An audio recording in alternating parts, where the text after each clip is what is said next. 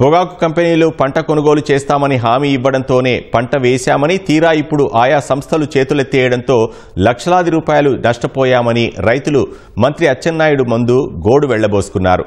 బాపట్ల జిల్లా మార్టూరు మండలం ఇసుకదర్శిలో పొగాకు రైతులు టొబాకో కంపెనీల ప్రతినిధులతో మంత్రులు అచ్చెన్నాయుడు, గొట్టిపాటి రవికుమార్, ఎమ్మెల్యే ఏలూరి సాంబశివరావులు ముఖాముఖి కార్యక్రమం నిర్వహించారు. టొబాకో కంపెనీ ప్రతినిధులు గ్రామాల్లో తిరిగి పొగాకు పంట సాగు చేయాలని ప్రోత్సహించారని, తీరా కొనుగోలు చేయమంటే ముఖం చాటేశారని రైతులు మండిపడ్డారు.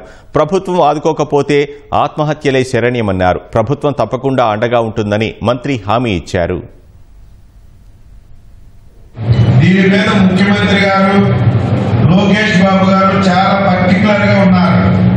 ఎట్టి పరిస్థితుల్లో ఈ సమస్యను పరిష్కారం చూపాలి, అవసరమైతే ప్రభుత్వం కొంతవరకు సహాయం చేసినా సరే పరిష్కరించాలని చెప్పి ఆలోచనతో ఉన్నాం. కాబట్టి ఇప్పటికీ 5-6 మీటింగులు ముఖ్యమంత్రి గారు కూడా తీసుకున్నారు. ఒక సబ్ కమిటీ కూడా వేశారు. నేనేదో ఇంతకు ముందు గుంటూరులోనో విజయవాడలో మీటింగ్లు పెడితే ఇది పద్ధతి కాదు, రైతుల దగ్గరికి వెళ్ళాలి, వాళ్ళతోనే సమావేశం పెట్టాలని వివరించాం.